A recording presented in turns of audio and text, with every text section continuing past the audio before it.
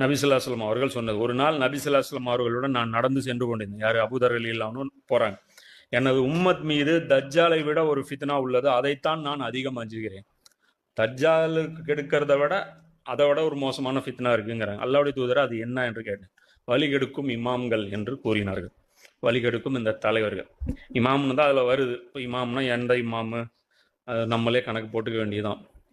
ஏன் அப்படின்னா, இவங்க தான் வந்து தஜ்ஜாலாவது மிம்பரில் வந்து நின்று இவங்களை வழிகெடுக்க போகிறது இல்லை. இவங்க மிம்பரில் நம்பி போகிறாங்க, நேர் வழி காட்டுவாங்க அப்படின்னு சொல்லி உழைச்சி அந்த காசையும் கொடுக்குறாங்க, அந்த சந்தா கொடுக்குறாங்க. இவருடைய சாப்பாட்டுக்கு அவங்க பொறுப்பெடுத்துக்கிறாங்க. உங்கள் உலக வாழ்க்கைக்கு நாங்கள் உத்தரவாதம் கொடுக்குறோம், எங்கள் மறுமை வாழ்க்கைக்கு நீங்கள் பொறுப்பெடுத்துக்கங்க அப்படிங்கிறாங்க. அதையும் வாங்கி தின்னு போட்டு அவங்களுக்கு நரகத்துக்கான பாதையை கொடுத்துட்டு, அதை டீலிங் வந்து தாகூத்தோட போட்டுட்டு வேற என்னமோ ஒரு தீனை காமிச்சு கொடுத்துட்டு ரெட்டை துரோகம் வந்து அவங்க பண்றாங்க. மக்களுக்கும் துரோகம், அல்லாவுக்கும் துரோகம். இப்போ இது வரைக்கும் பார்த்தீங்கன்னா இது வந்து சில அடையாளங்கள்.